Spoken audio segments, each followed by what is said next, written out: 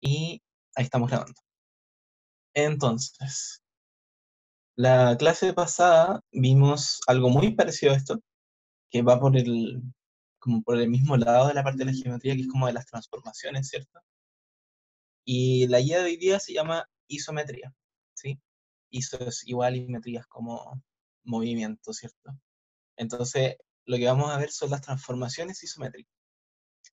La definición que nos dan de transformaciones isométricas es que son transformaciones de figuras geométricas que se realizan en un plano, ¿cierto? Y en que estas no varían ni las dimensiones ni el área. La figura inicial es semejante a la final y geométricamente son congruentes. Ahí estamos aplicando dos conceptos que hemos visto en las clases anteriores, ¿cierto? Semejanza y congruencia. ¿Y por qué se dice que pueden ser semejantes y congruentes al mismo tiempo? Se dice que son, voy a empezar, geométricamente congruentes, porque son figuras finalmente iguales, ¿cierto? O sea, ¿en qué sentido son iguales? Sus áreas son iguales, sus lados son iguales, sus ángulos son iguales, ¿cierto? Pero son semejantes porque cuando aplicamos esas transformaciones isométricas, podemos, por ejemplo, rotarla o trasladarla y rotarla, y eso involucra que no van a ser exactamente congruentes si yo pongo una sobre la otra, ¿cierto? Pero si yo deshago estas transformaciones, voy a tener una figura que es exactamente congruente y semejante, ¿cierto? Entonces, la primera transformación que tenemos que ver, que es como la más conocida, es la traslación, ¿sí? Voy a intentar hacer un poco más de zoom en esto, a ver cómo queda. No, mucho. ¿Cuánto será bueno? 65. Sí, por ahí. Vale. Entonces, primero tenemos la traslación, ¿cierto? Y la traslación es un tipo de isometría que permite desplazar en línea recta todos los puntos del plano. Ojo con eso, si yo tengo un plano, de partida estamos hablando de un plano de dos dimensiones, ¿cierto? Y hablamos de una línea, aunque de todas formas, incluso si yo llegase a transformar esto, por ejemplo, en una curva, esa curva de todas maneras yo la puedo trazar como una línea, así que sí se cumple que siempre es una línea. El desplazamiento descrito sigue una determinada dirección, sentido y distancia, ¿cierto? Lo que está siendo representado por el vector traslación. Aquí ya estamos entrando en el concepto de vectores, que creo que lo vemos un poco más adelante, pero finalmente, imagínense que lo que está pasando es que yo estoy tomando todos los puntos voy a usar esta flecha, todos los puntos de un cuerpo geométrico, ¿cierto? Y lo estoy moviendo con una línea, ¿cierto? Y si se fijan, obviamente acá está como un poco mal representado, pero esa flecha, ¿cierto? Ese vector, esa línea, es exactamente idéntica para todos los puntos que yo estoy trasladando. Y eso es importante que se cumpla para poder mantener la semejanza y la congruencia de la figura, ¿cierto? Porque si yo tuviese una línea un poco más corta, un poco más larga que la otra, estaría moviendo un punto de más y estaría formando una figura completamente nueva, que finalmente estoy deformando la figura, ¿cierto? Y no es una traslación, sino que porque estoy perdiendo la congruencia, ¿sí? Entonces, lo importante es que se fijen, en resumen, que la figura con la que empiezan es geométricamente congruente con la que empiezan, ¿sí? Y eso se cumple si la traslación es igual para todos los puntos. Según lo anterior, o sea, si tenemos un punto de coordenadas x, y, ¿cierto? Que en este punto podría ser A, que parece ser como un 1,1, por darle un valor, se traslada según el vector traslación t de A, B, ¿cierto? Entonces el punto P se transforma en el punto P' de coordenadas x más A e y más B, ¿sí? Y en la figura al aplicar una traslación se obtiene al ABC, se obtiene el A'B' C'. En un pequeño resumen de esto, lo que finalmente estamos diciendo es que si A vale, no sé, 1,1, ¿cierto? Y yo estoy trasladando todo 2, el punto... me salí de la sesión. No, acá está. Perdón. El punto... Acá, sí. El punto A', ¿cierto? Tiene que valer 3,3. ¿Sí? Eso es cuando yo estoy aplicando la traslación 2,2. Y esto cumple cualquier sentido. O sea, si yo hago la traslación menos 1, menos 1, ¿cierto? El punto A va a terminar en el 0,0. ¿sí? Y observaciones respecto a eso es que una figura que se traslada conserva sus dimensiones lineales y angulares. Esto es otra forma de decir que son geométricamente congruentes. Y no puedo enfatizar lo suficiente en esto. Si ustedes mueven una figura, la figura que tienen al principio tiene que ser congruente con la que tienen al final, ¿sí? Pueden ser semejantes en el sentido de que tengan una orientación distinta, un grado distinto, pero tienen que ser iguales, ¿sí? Si no, no es una traslación y se pierde todo el sentido de la geometría, ¿sí? La traslación transforma una figura en otra figura congruente, las figuras no rotan, y si se realizan varias traslaciones, pueden ser resumidas en una sola, ¿sí? Ojo que cuando hablamos de traslación estamos hablando esencialmente solo de traslación. ¿Existen traslaciones con rotaciones? Sí, pero son un concepto completamente distinto. Lo que necesitamos entender ahora son las traslaciones. Entonces, respecto a ese último punto, eh, por ejemplo, la transformación de 2,2, o sea, la traslación, es lo mismo que trasladarlo 1,1 y luego volver a trasladarlo 1,1, ¿cierto? O sea, si yo tengo el punto 1,1 y lo traslado, pongámosle un más en la traslación 1,1, me va a quedar el punto 2,2. Y si yo le vuelvo a hacer esa traslación, también me va a quedar en el punto 3,3, que es que esencialmente es lo mismo que hicimos acá arriba, ¿cierto? Eso. Si no tienen dudas con esto, acuérdense que siempre estoy viendo el chat. Siempre lo digo, pero siempre es importante que lo sepan. Cualquier duda, me escriben por el chat o prenden el micrófono o lo que sea. Si no tienen dudas, pueden seguir. Veamos. ¿Hace largo? No. Entonces, veamos qué dice acá. El ejemplo 2, ¿qué 2? Ah, sí, está bien. El ejemplo 2.1 nos dice que el triángulo ABC tiene coordenadas. Ah, ya sé que voy a hacer para que se vea un poco mejor. Esperen, un segundo. Ahí deberían verlo mejor. Sí, pues ahí sí que sí. Entonces nos dicen que el triángulo ABC tiene coordenadas A 2,3, B menos 3,8 y C 3,7. Entonces nos pregunta si se aplica una traslación según el vector 5,7, las nuevas coordenadas del triángulo serán. Entonces hay realmente dos formas de hacer esto, ¿sí? Está la forma cuando entienden la teoría de la traslación y está la forma cuando necesitan verlo un poco más visual, ¿cierto? Entonces yo voy a hacer obviamente la primera porque es la más corta finalmente. Pero de todas maneras les voy a hacer ver las dos. La primera forma que les dije, que es como la más visual, es claramente dibujar un plano, ¿cierto? Y ir ubicando los puntos. O sea, digamos que esto, voy a ubicar un solo punto en realidad.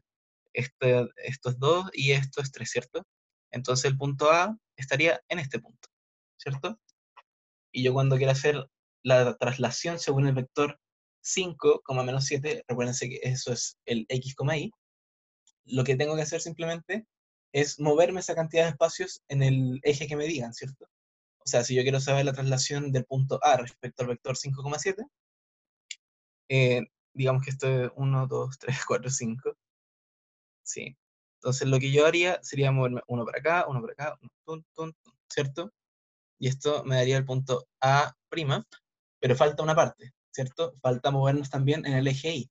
Y en el eje Y me están diciendo que es menos 7. Entonces lo que falta es, voy a hacer una representación nomás, para acá, ¿cierto? Entonces este vendría siendo el punto A' real, ¿cierto? Entonces la gracia es que lo pueden ver de esa forma y también lo pueden ver como el vector de traslación 5, menos 7, ¿sí? O sea, si ustedes miden ese vector, va a medir 5 en el eje X y una traslación de 7 en el eje Y, ¿sí? Esa es la parte visual, es la parte un poco más lenta porque tienen que dibujar todo paso por paso, etcétera, etcétera. La parte fácil, o la más rápida en realidad, es simplemente seguir la teoría como dice la solución 2,1, que la voy a poner acá para que la vean. ¿Cierto? Nos dicen que como se tiene el vector traslación, se sabe que si tiene un punto x, y, a trasladarlo con el vector a, b, el nuevo punto será x más a, y más b. ¿Sí? Entonces, aplicando lo anterior con los vértices, vamos a ir siguiéndolo un poquito más arriba. Tenemos el punto Hola, A, profe. que es 2,3. Hola. más la traslación, que es 5, menos 7. Esto nos da que A' es lo mismo que 2 más 5 y 3 menos 7. O 3 más menos 7. Está lo mismo, ¿cierto? Sigue siendo menos 7. Y esto nos da que el punto A' tiene un valor de 7, menos 4. ¿Sí? Ahí me pasó un poco como a la parte del editor, pero se entiende en el fondo. Y esa es la manera rápida, ¿cierto? De hacer todo. Ahora, esto es un paso extra, ¿cierto? Finalmente, estando en la PSU, lo que les convendría hacer sería decir que el punto B', en este caso que lo vamos a tomar, es decir, 3 más 5, 8 menos 7, y esto es lo mismo que B', que vale 2,1. ¿Sí? Ese es el procedimiento más corto que pueden hacer. O sea, simplemente tomar las coordenadas X del punto, tomar la coordenada X del vector y sumarla, tomar la coordenada Y de su punto, tomar la coordenada Y del vector y sumarla. La suma de esos dos puntos nos va a dar el punto final, que es el punto prima, que es el punto que ha sido trasladado, ¿cierto? Em, y finalmente tenemos el último, que claro, que es 3,7, que es el punto C. Nos dicen 3,5, o sea, 3 más 5 y 7 menos 7, y nos da el punto 8,0, ¿cierto? Entonces veamos qué puntos quedamos. Tenemos que A' es 7, menos 4, que B' es 2, menos, o sea, 2,1, perdón, y C' es 8,0. Entonces nosotros vamos a revisar la alternativa, ¿cierto? Porque nos están preguntando cuáles son verdaderas. Entonces, la coordenada A' es 7, menos 4, sí, ¿cierto? La coordenada B es 2,1, entonces esta está errado. Y la coordenada C' es 8,0, entonces esta es correcta. Por lo tanto, es 1 y 3, y vendría siendo la alternativa C. ¿Sí? ¿Alguien se perdió con eso? Si no, sigo. Voy a seguir, a menos que digan algo. Ya, veamos que sigue entonces. Rotaciones, ¿cierto? Yo les dije que existen las traslaciones y las rotaciones. Las traslaciones es mover el cuerpo exactamente punto por punto según un vector, pero las rotaciones, como nos dice la descripción, son isometrías que permiten girar todos los puntos del plano, ¿sí? Cada punto gira siguiendo un arco que tiene un centro y un ángulo bien determinados, por lo que toda la rotación queda definida por su centro de rotación y su ángulo de giro. Es mucho bla bla, pero ya lo van a lograr ver. Si la rotación es en sentido antihorario, entonces la rotación es positiva, y si la rotación es en sentido horario, entonces es negativa, lo que les he repetido todo el rato. En matemática y principalmente en geometría, las rotaciones positivas son en sentido antihorario, ¿sí? O sea, nosotros nombramos las figuras geométricas en sentido antihorario y medimos todo en sentido antihorario, ¿sí? Nos dice que si una rotación tiene centro P y ángulo de giro alfa, entonces está representada por el R P, alfa, ¿sí? Si la rotación es negativa, obviamente es R P, menos alfa. Eh, Según yo, esta notación no es tan común verla, ¿sí? Por lo general nos dicen que es una rotación de tanto sentido y el centro tanto, ¿sí? Como que esta notación no es utilizada mucho, pero es bueno saberla y conocerla, ¿sí? Entonces veamos si observaciones. Y esta tabla, si pueden, escríbanla en su pared, péguenla en su techo, tenganla en el celular, lo que sea, porque esta cosa salva vidas, ¿sí? Observaciones. Si una rotación transforma un ángulo en otro congruente con él, lo mismo. Cualquier transformación isométrica que nosotros hagamos tiene que ser congruente con la figura inicial. Entonces, si rotamos el punto XY con respecto al origen o 0,0, en los ángulos de giro 90, 180, 270 o 360, la coordenada de los puntos nuevos son las que están acá abajo, ¿sí? Que las vamos a desglosar un poco. A ver, ahí. ¿Cómo hacemos esto? Acá está. Entonces quiero empezar con que tenemos un punto X, Y, acá, ¿sí? Véanlo como, porque estos se llaman cuadrantes, pero no lo hemos visto todavía, creo, y lo vamos a ver más adelante, así que no me quiero meter en esa teoría. Pero empecemos con ese punto, ¿cierto?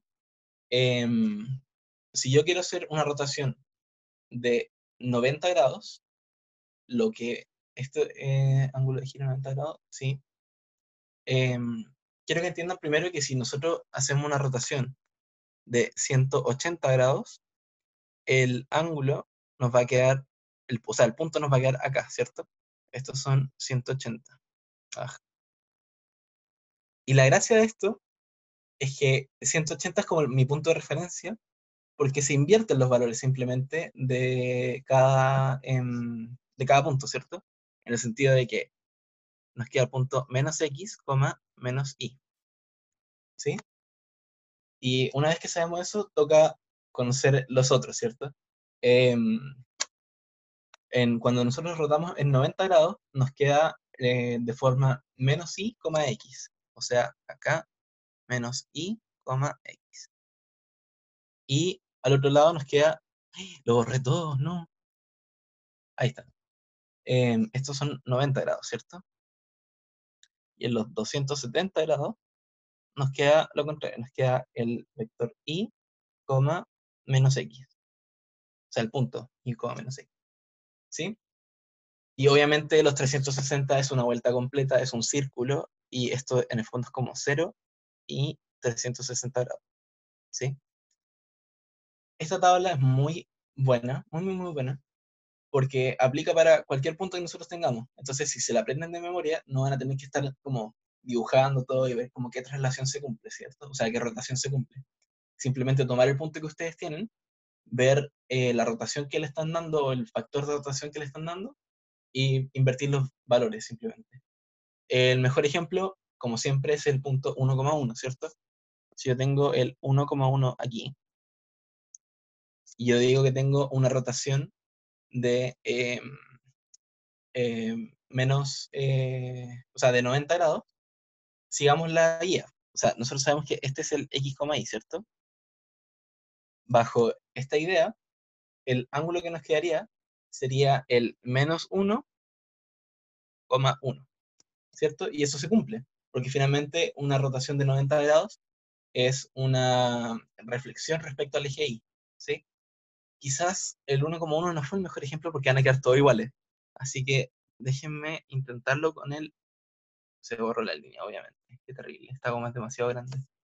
Em, este es el Y, X. Si alguien se pierde mucho me avisa. Entonces, veamos.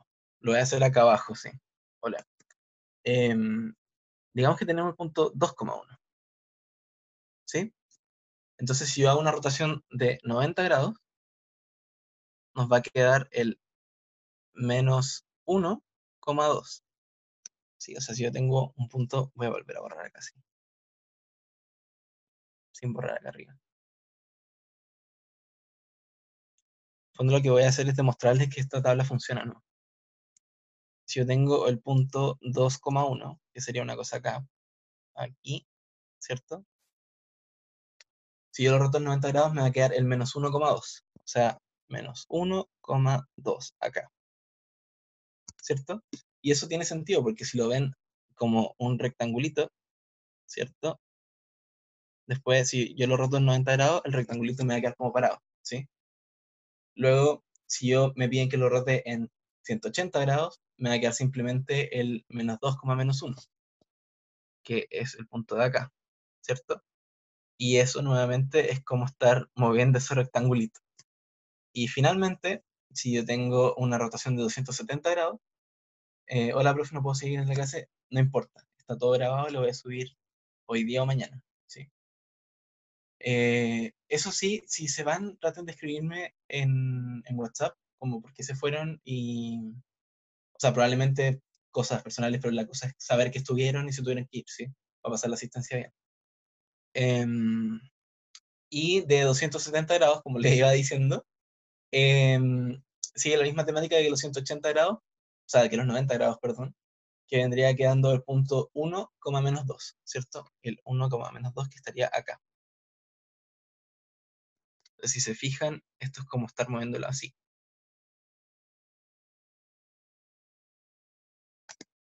No traten de planearse mucho esta explicación, en realidad es como una representación gráfica de que esto funciona así.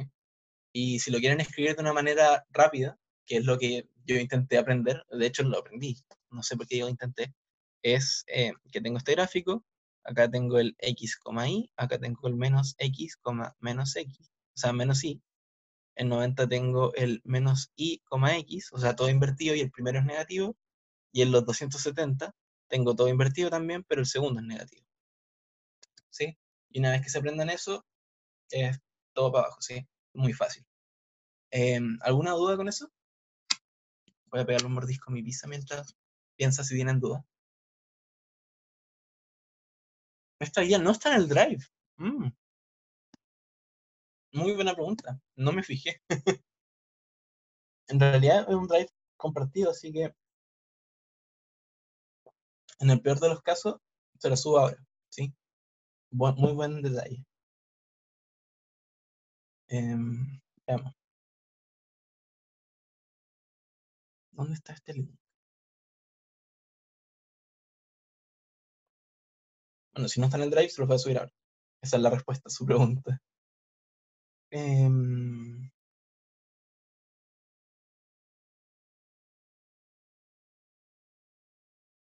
y perdí la mitad de la explicación de la rotación.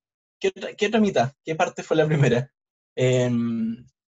O sea, esa tablita no la recuerdo un poco. Mm. La definición ya. Denme un segundo. Esto es geometría y probabilidades, primer semestre. Hay dos proporciones, eso explica mucho. Ya, a ver, estos están destacados. Dejen ver qué hago.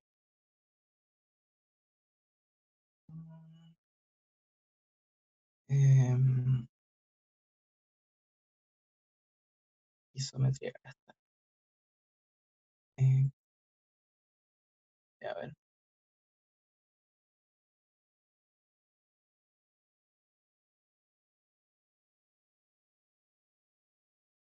ya. Ahora debería estar en su drive de guías. Sí, lo siento por el problema con eso, pero ahora debería estar. Sí, ahí está. Ya. Entonces, voy a borrar esto, pero voy a volver a la definición de rotación, que en realidad es súper cortita. Sí.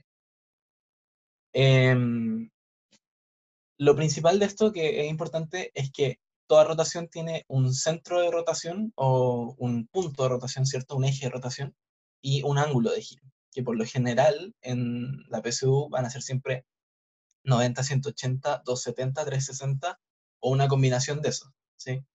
O sea, si les dicen que tenemos 360 y además lo rotan en 90, simplemente volver a rotar en 90, ¿sí? Como que los 360 se cancela, ¿sí?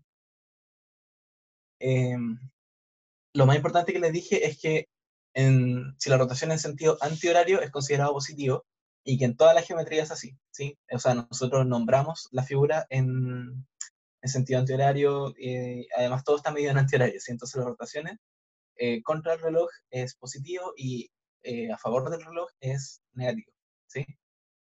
Y que si la rotación tiene un centro P y el ángulo de giro alfa, entonces es R de P, alfa, y si la rotación es negativa es R de P, menos alfa. Pero lo que también les dije es que esa nomenclatura en realidad no se usa mucho y por lo general les van a decir como se rota tal figura 90 grados en torno a tal punto, ¿cierto? Eh, después de eso, bueno, que la rotación transforma un ángulo en otro congruente a él. Y le repetí todo el rato que tiene que ser congruente en la figura final con la figura inicial. Y después viene la tablita, ¿sí? Entonces eso sería como la principal explicación. Y veamos un ejemplo. Esto es exactamente lo que me refiero. O sea, acá podrían habernos puesto que la nomenclatura de o sea, R paréntesis 0,180, ¿cierto? Pero en vez de usar eso, nos dicen, al aplicar una rotación de centro O y un ángulo de giro de 180, al polígono se obtiene. Entonces, esto es un pelín complejo porque no existe una guía acá en el fondo, así que la vamos a hacer, ¿sí? Vamos a fingir que, esto se puede hacer en línea, toda la razón. Esto se puede hacer una cosa así, y digamos que esto es una cosa así. Sí, es mi mejor esfuerzo, así que... Uy, ¿se ve? No, no se ve, se borra. Digamos que una cosa así. Entonces voy a hacer un dibujo pésimo, pero no me juzguen. Cuando nosotros hacemos una rotación de 90 grados, lo que nos quedaría sería una cosa así, ¿cierto? ¿Sí? Y ojo que lo importante de este punto también es dónde está el punto de rotación, ¿cierto? El centro de rotación. En este caso, el punto o el centro de rotación que llevábamos estaría a este de lado, ¿cierto? Y luego de eso tenemos que volver a hacer una rotación, ¿cierto? Porque 90 más 90 son 180, y nos quedaría una figura así. A ver cómo queda. Sí, queda un poco pasable. Em, la pregunta final de esto es, ¿dónde está el centro de rotación, cierto? Porque voy a borrar esto y voy a bajar un poco. Acá. Y eso es lo que se enfoca finalmente este ejemplo, y la solución también. Entonces les voy a leer la solución para que vean dónde queda el centro de rotación en el fondo. En este tipo de ejercicios basta ver la figura y decidir cuál es la alternativa correcta. Una forma alternativa, si no resulta lo anterior, es tomar un objeto con alguna forma, o simplemente una goma, con un dibujo, y hacerlo rotar en torno a un punto, ¿cierto? Otra alternativa es figurar la figura dada en el eje de coordenadas y hacerla girar aplicando como lo que se vio en la tabla de rotaciones. Y en ese caso la respuesta correcta es B, ¿cierto? Ese ejemplo es muy importante, o sea, esa definición. Y no se olviden que ustedes no tienen solo la prueba frente a ustedes, ¿cierto? O sea, tienen en el mejor de los casos un lápiz, una goma, no sé, una regla, un destacador. Entonces, si les cuesta mucho ver esto como teóricamente, háganlo, ¿sí? O sea, tomen su lápiz, pongan un punto fijo, ¿cierto? Y mantengan ese punto a medida que lo mueven, ¿sí? Y en este caso, la respuesta sería B, ¿sí? Y ojo que B y D son muy parecidas, pero el problema es dónde está el centro de rotación. Porque si yo tengo un centro de rotación distinto, tengo resultados completamente distintos, ¿sí? Entonces, en realidad no sé cómo explicarlo más a fondo, pero si yo vuelvo a rayar esto, digamos que tengo el punto acá, y vamos a simplificar la figura, vamos a hacerlo un rectangulito nomás.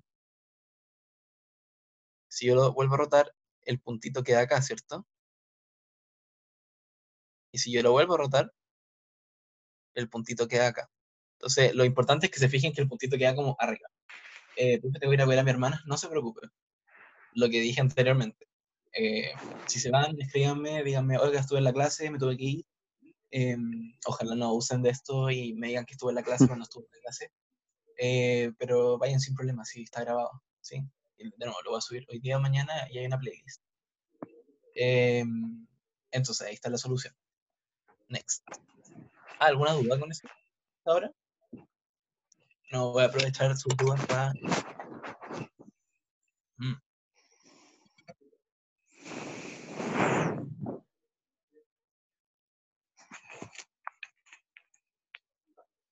ya.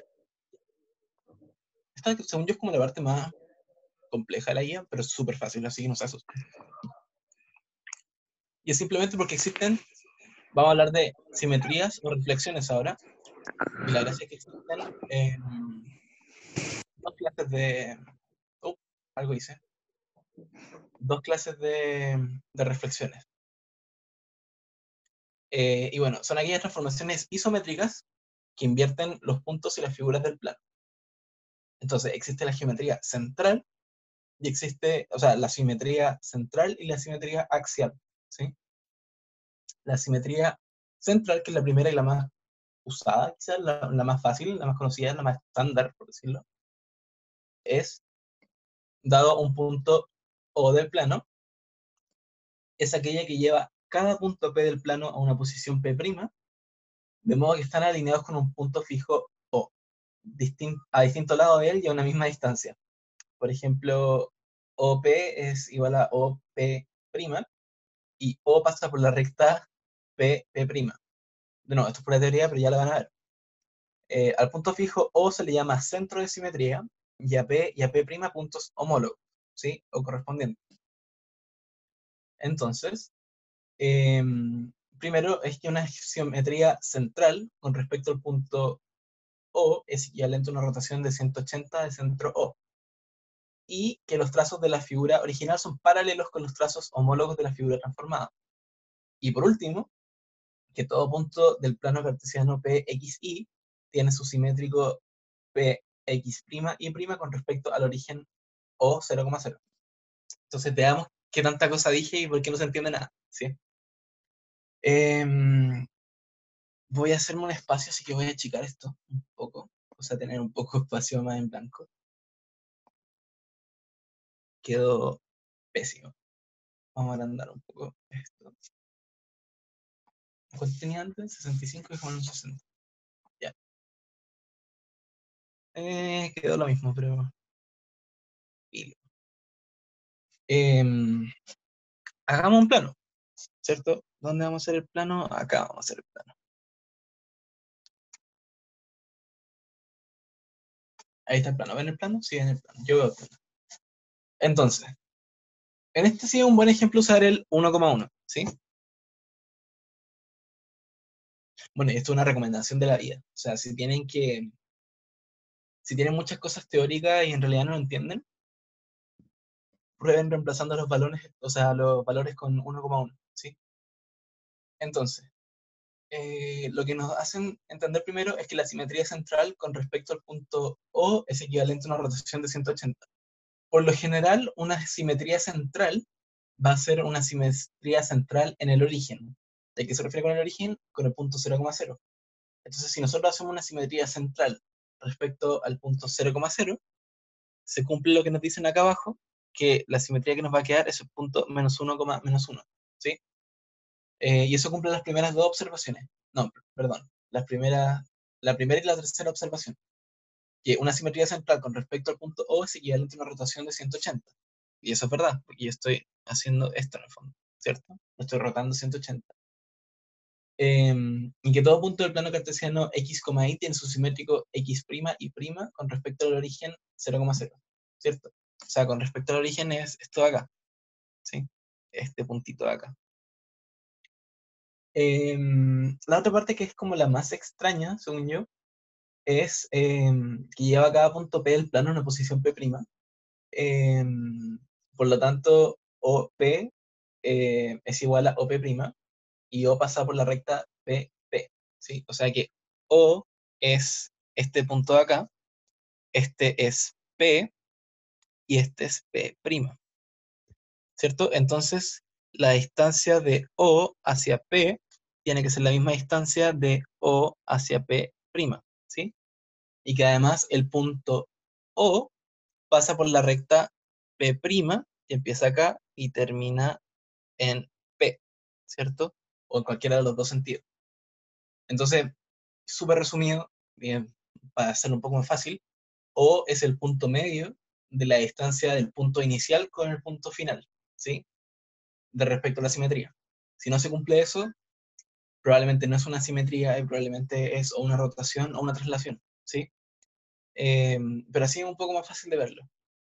Y los que nos dicen los trazos de la figura original son paralelos con los trazos homólogos de la figura transformada. Eso es mucho bla bla en realidad. Eh, y habla de figuras también. Pero finalmente lo que tienen que entender es que esto es como tener no, no es como tener un espejo, porque esas son las axiales. Filo, sigamos. ¿Alguien se perdió con eso? O sea, con la definición completa de simetría central. Cuando simetría central se refiere a un punto, ¿sí? Por lo general es el 0,0, pero podría llegar a ser otro. Y usualmente son otros, ¿sí? Voy a seguir entonces. Veamos. Aquí está la simetría axial, ¿sí? Y esta es como la más o sea, es la que más me gusta a mí, pero filo con eso. La simetría axial es aquella que da una recta fija L del plano, si P y P' son puntos homólogos con respecto a ella, entonces la recta P, P' es perpendicular a L, y además el punto medio de P, P' está en la recta L. Súper fácil. Con simetría axial se refiere a eje, ¿cierto? O sea, de axis, de eje.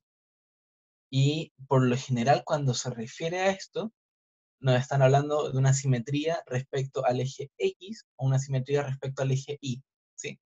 Es posible que les den otra recta respecto a la que tienen que hacer la simetría, pero hay un par de cosas que están en la observación que se le puede hacer un poco más fácil de entender, ¿sí? Entonces, si yo tengo esta recta, ¿cierto?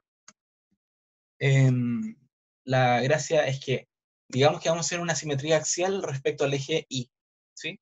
Entonces, ¿cuál es el eje Y? Este es el eje Y. Entonces, si yo quiero hacer una simetría axial del punto 1,1, ¿cierto? Lo que me va a quedar es el punto menos 1,1, ¿cierto? Tal como lo vimos en términos de rotaciones, es muy parecido. Y la gracia es que se cumple la definición que nos dan, ¿cierto?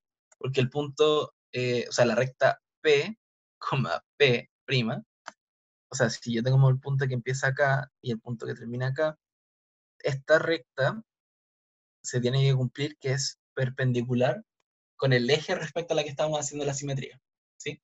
Y además el punto medio de esta recta está acá, en el eje Y, o la recta Y, o la recta L, si le ponemos la definición, ¿cierto? Entonces, ¿qué observaciones tenemos para esto? Las simetrías axiales transforman los segmentos en segmentos congruentes y los ángulos en otros ángulos congruentes, pero de sentido contrario. O sea que si yo tengo esto y tenemos un triángulo así, ¿cierto? Si yo hago una simetría axial respecto a este eje, nos va a quedar una cosa así, ¿cierto? Entonces, todos sus ángulos y todos sus segmentos son congruentes, pero están en un sentido contrario. O sea, este está en el sentido hacia acá y este está en sentido hacia acá, ¿cierto? Esa es la única como parte difícil de entender de la observación. En una simetría axial, las figuras cambian de sentido respecto del giro de las manecillas del reloj. O sea que las simetrías axiales transforman una figura geométrica en otra congruente, pero en el sentido inverso. Es exactamente lo mismo que acabamos de decir, pero como en otras palabras, ¿cierto? O que siempre van a quedar en el sentido inverso. Ahora, no es posible superponer mediante traslaciones y o rotaciones las figuras que sufren una simetría axial. Ejemplo de eso, nuevamente un triángulo, ¿cierto? O sea, yo tengo una simetría axial, digamos que tengo un triangulito acá que me va a quedar horrible. La gracia de eso es que no existe una manera de yo trasladando esto y rotándolo que quede igual que la figura original, ¿sí? Lo pueden intentar, no sé, con un papel si quieren, porque en realidad no puedo mover esto, pero, por ejemplo, si yo roto esto, eh, podemos tener una figura así. Mira, intentemos todas las rotaciones posibles. Podemos tener una figura así, podemos tener una figura así también, ¿cierto? Y finalmente una figura así. Esto es un pésimo ejemplo, pero es como un poco para que lo vean. Em, lo voy a destacar un poco con color. Esta es la figura original y estas son las figuras de la rotación de esa. Si se fijan, si yo pongo cualquiera de las figuras amarillas sobre la figura que está en blanco, ninguna es congruente con ella, ¿cierto? Ni mediante traslación ni rotación. O sea, si yo les digo poner una sobre otra es traslación y la figura amarilla son la rotación. Entonces es geométricamente imposible volver a una figura que fue reflejada axialmente mediante rotaciones y traslaciones. ¿Sí? Entonces, si le llegasen a preguntar una cosa así en la PSU, ustedes saben que no al tiro. ¿Sí? Los puntos de la recta L permanecen invariantes ante esta reflexión. ¿A qué se refiere eso? Si yo, suena un poco como trivial, pero es importante saberlo. Si yo tengo el punto, digamos que este es el punto 1,0, ¿cierto? Perdón, el 0,1. Oh, qué lata borrar esto. Ya, tenemos el punto 0,1, que vendría siendo este de acá, ¿sí? Y yo hago una simetría cualquiera. Puede ser del 1,1 al menos 1,1, ¿cierto? Esa simetría va a ocurrir, pero el punto 0,1 que pertenece a mi recta L, después de la simetría va a seguir siendo el punto 0,1, ¿sí? Y a eso se refiere con que son invariantes, que ese es como mi punto de referencia, mi punto fijo. Si yo cambiase ese punto de referencia, obviamente, como que no funciona mi simetría porque está todo cambiado, está respecto a un eje que es distinto al que teníamos al principio. Entonces lo importante es que mantengamos una recta constante en esto, ¿cierto? Si tenemos una constante podemos hacer la simetría, si no, no es posible. Y finalmente es que todo punto del plano cartesiano x, y tiene su simétrico x, menos y con respecto al eje de las abscisas, que es el eje x, y un simétrico menos x, y respecto al eje de las ordenadas, ¿sí? ¿Qué es esto? Tenemos un punto cualquiera que no va a ser el x, y este es el eje x y este es el eje y. Eso es una y descarada. Entonces, respecto al eje de las abscisas, que es el eje x, la simetría va a ser x, menos y. Esto respecto a este eje y respecto a este eje, nos va a quedar el punto menos x, y. ¿Sí? Lo que tienen que entender es que cuando hacemos una rotación respecto al eje y, se mantiene este eje, ¿cierto? Y cuando, o sea, el valor de respecto a y. Cuando hacemos una simetría respecto al eje x, se mantiene el valor de x y se cambia el valor de y. ¿Sí? ¿Alguna duda con eso? Si no, para borrar y seguir. Porque creo que deberían venir ejercicios después de esto, no estoy convencido.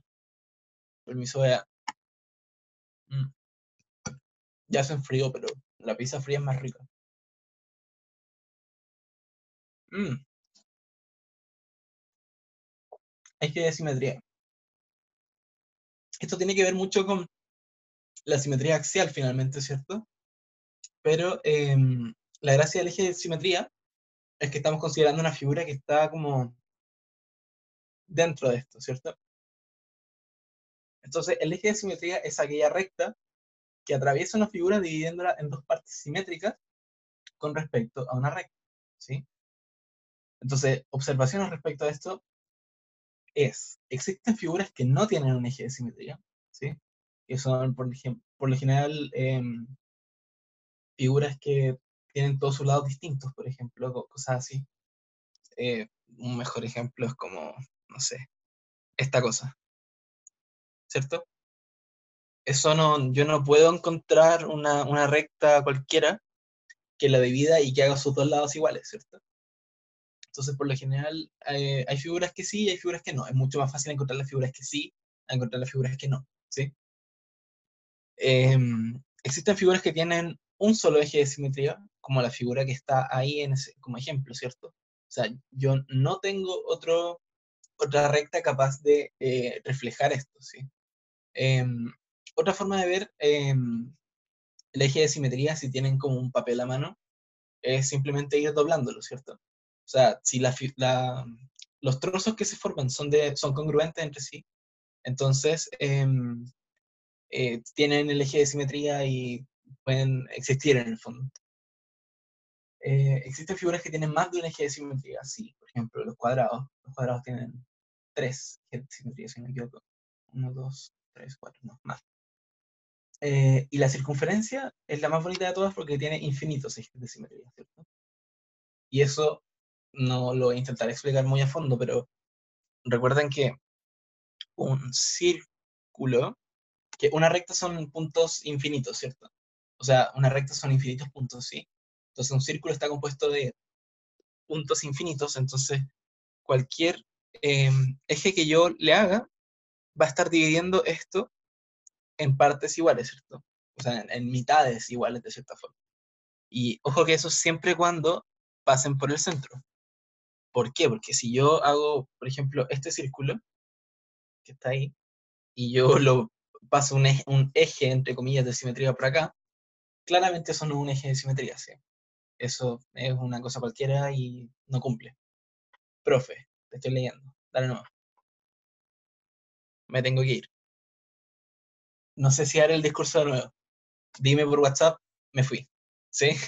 Eso. Nombre y apellido, obviamente. Dígame nombre y apellido. Y tranquilo, sea lo mismo. Si las cosas no están como para estar pescando la clase mucho rato, así que no hay problema con eso.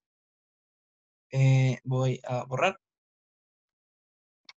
Y ejemplo 4.1, que vendría siendo, creo que, no, nos quedan un par de cosas más. Teselación y, perdón que esté adelantándome así, pero quedan como 10 minutos. ¿Sí? Veamos. En la figura, el triángulo MNS, nuevamente, fíjense, esto está antihorario, ¿cierto? Es simétrico o está reflejado con el QPR respecto al eje T. ¿Sí? Entonces, ¿cuáles de las siguientes afirmaciones son siempre verdaderas? Veamos.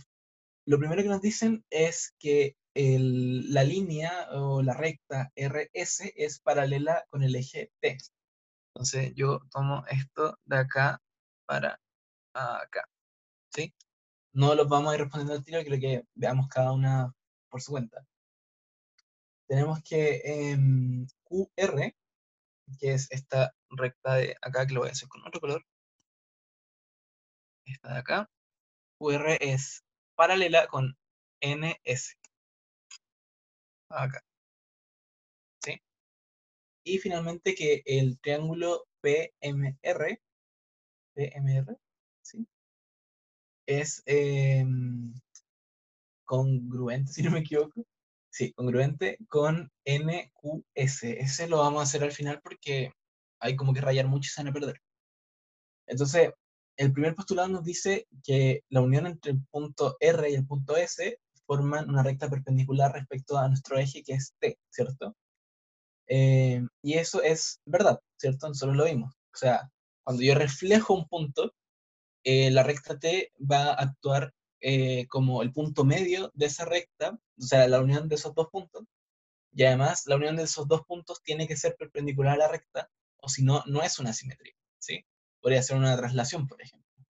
O sea, para que lo vean un poco mejor, si yo tengo el punto S y digo que su simetría, entre comillas, está acá, respecto al eje T, eso claramente es mentira, ¿cierto? Es una traslación cualquiera. Em, por lo tanto, la primera, voy a borrar acá, es correcta, ¿sí? Porque esto tiene que ser perpendicular, ¿sí? El segundo postulado nos dice que QR es paralelo a NS, ¿sí?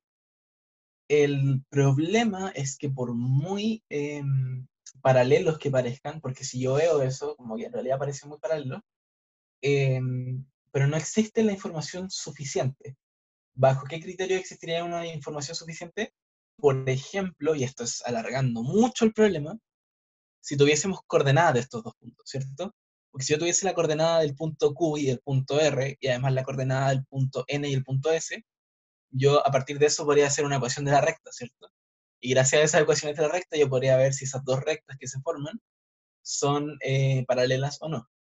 Pero no tenemos absolutamente nada de eso, entonces no podemos hacer supuestos y por lo tanto la segunda, si bien podría hacerlo, no lo sabemos con certeza y por lo tanto hay que decir que no, ¿sí? Y respecto al tercer postulado, vamos a bajar un poco para ver si podemos, sí, podemos dibujar ambas cosas al mismo tiempo. El tercer postulado nos dice que el triángulo PMR, que lo voy a hacer con rojo, veamos, PMR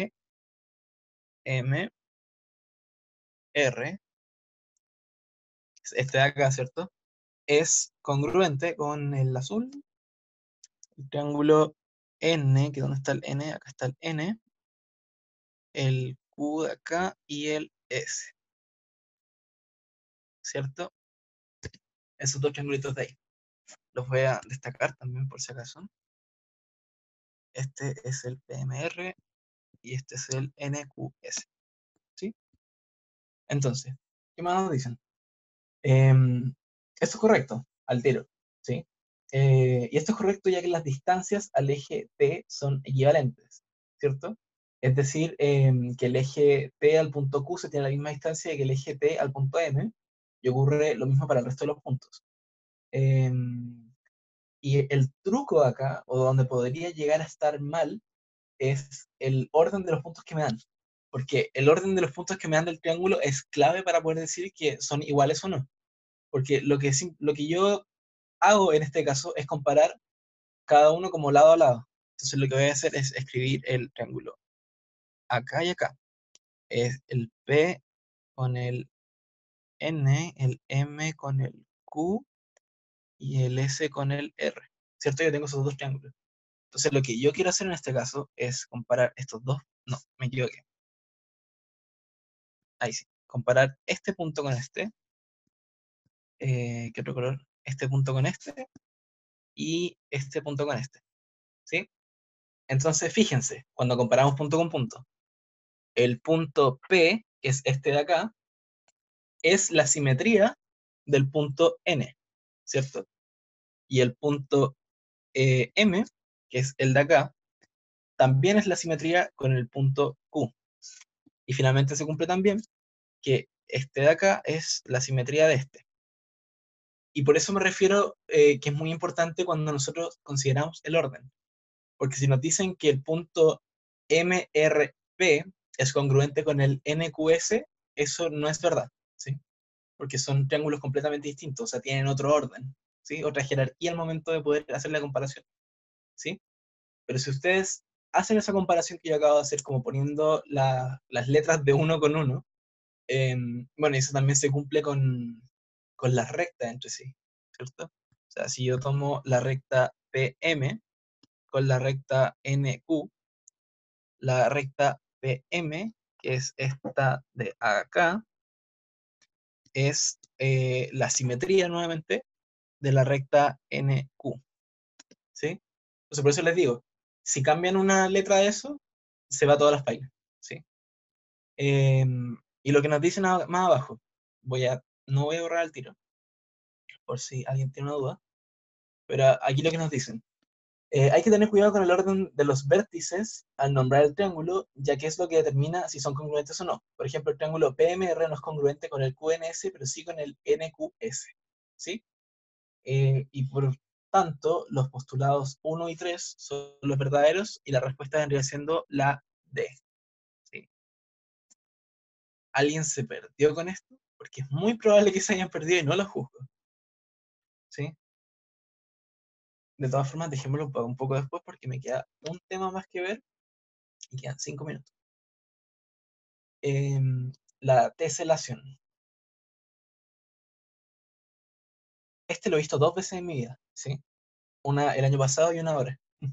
Porque creo que nunca en mi vida he visto muchos ejercicios así, pero es importante conocerlo por si llega a desaparecer la PSU.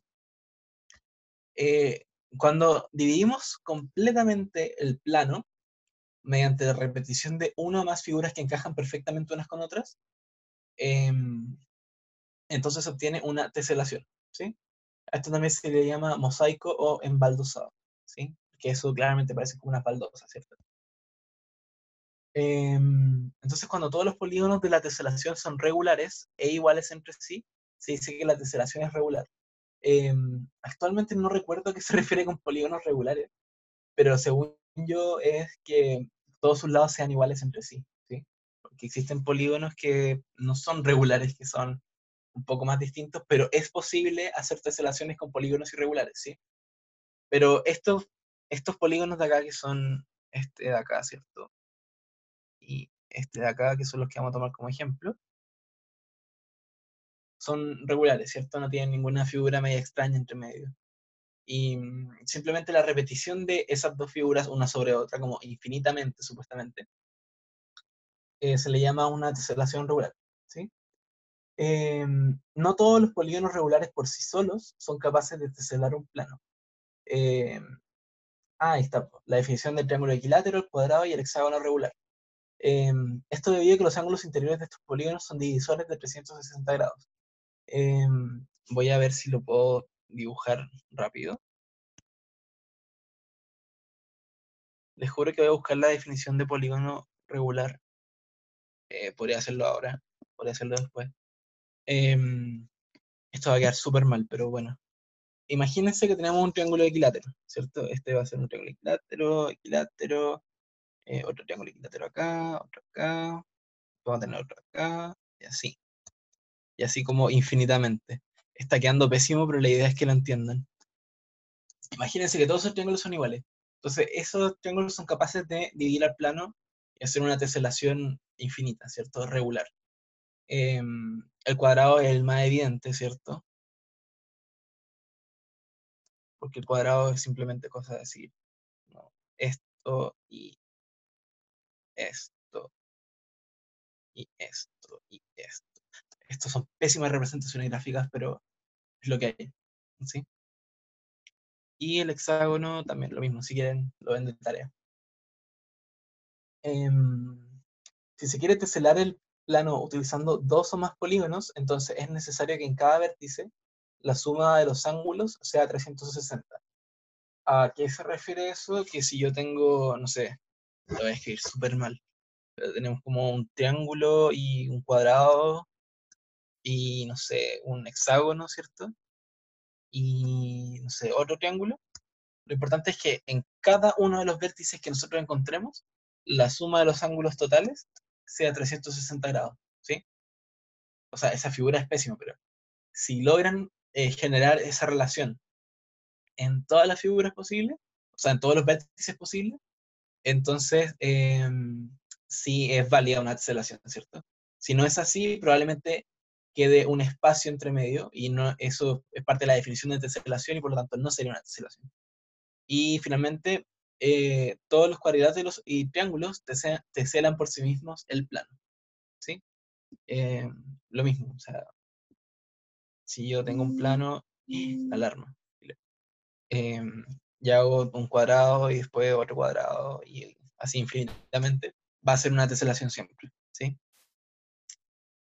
Eh, Teselación, insisto, es una materia muy extraña, muy poco vista. Hay que verla porque es parte del currículum, ¿cierto? Eh, pero si les interesa más, podrían como googlear teselación y les va a salir muchos ejemplos de figuras muy extrañas que son capaces de teselar. Eh, pero según yo no hay que darle tanto énfasis. De nuevo, necesito que esta clase se queden principalmente con traslación, rotación y simetría, axial y central, ¿sí? Que son como las cosas principales.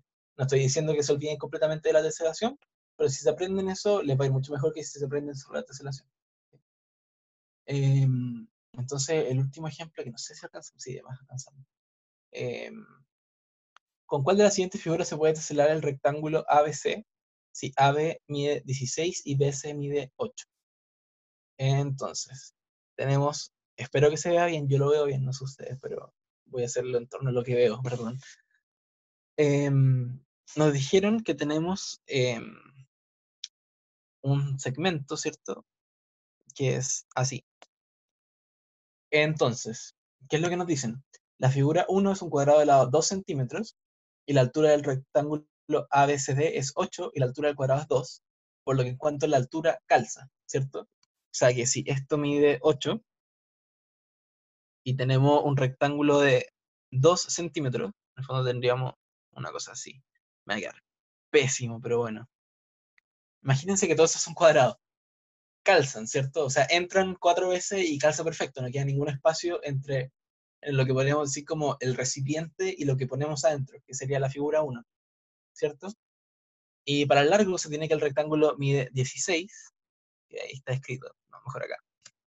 Eh, y además el largo del cuadrado es 2, por lo tanto sabemos que eso entra 8 veces, ¿cierto?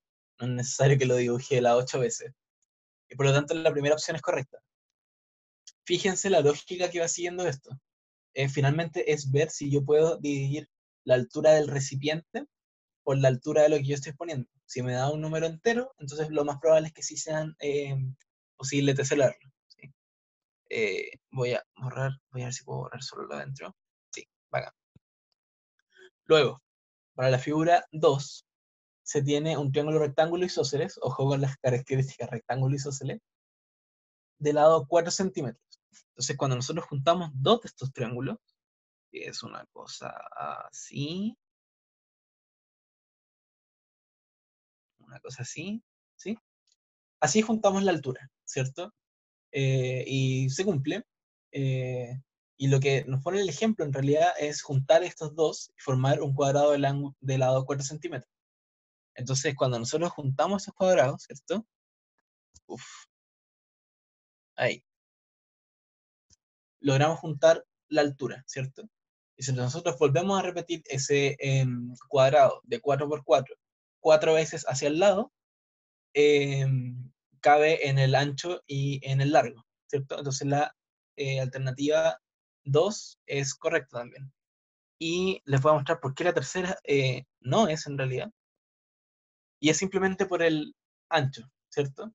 Em, si nosotros tomamos esto que mide 6 centímetros, esto digamos que entra como 6 acá y como 6 acá, ¿cierto? Entonces la medida total de esto nos va a dar 12 y nos van a sobrar 4 centímetros, que en realidad es una figura muy compleja y no podemos finalmente, ¿sí?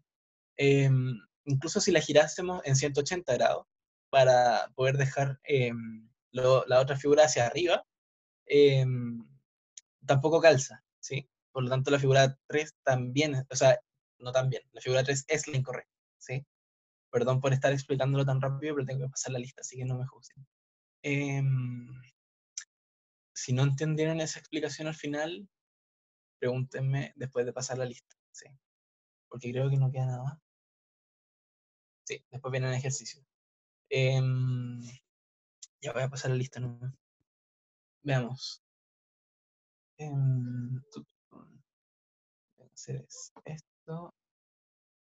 No sé qué ven ahora. Nada, no ven nada. Ya. Les voy a compartir como esto, porque así ven si los salto. Ya, ahí están. Entonces, como todos los días, estoy escuchando el audio y estoy viendo el chat. Entonces, a Cebal. Aquí, Hola. Uy, hola. ahí sí. Después Andrade. Ya, voy a ir dejando espacios solo en caso de que me hayan escrito. Caruso,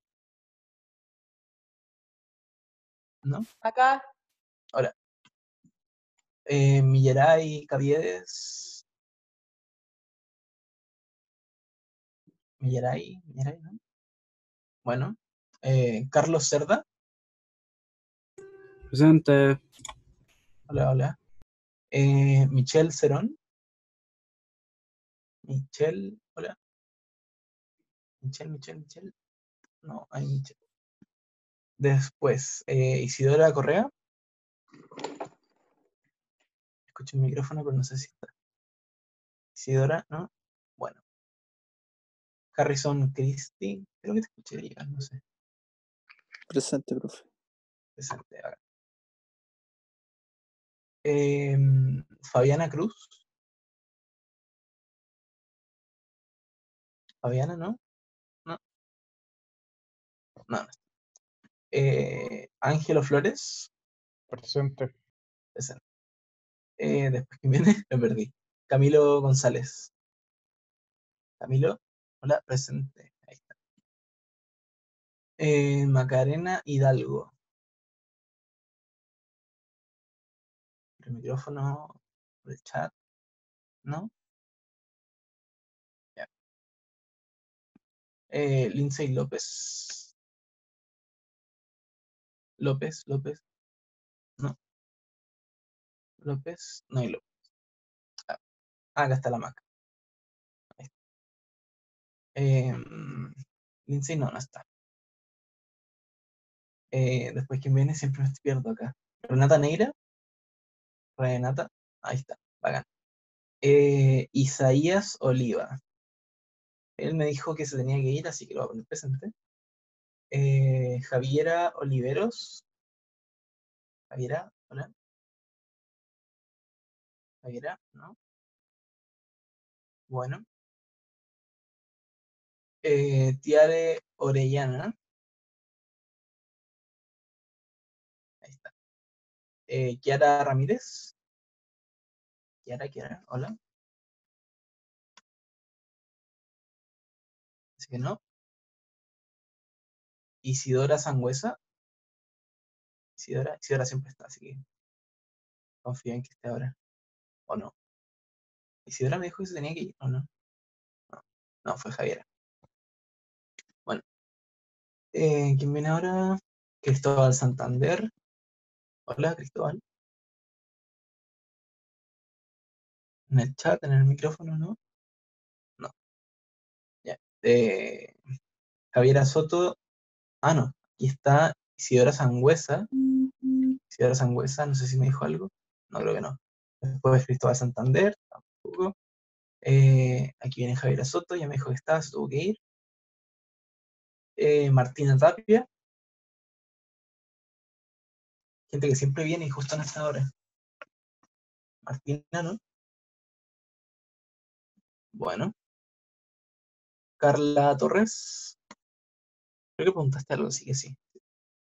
Y Bárbara Sura, que lleva muchos ceros, así que no creo que esté acá. Qué terrible, grabé la pasada lista, así que se van a tener que aguantar, eso sí ven.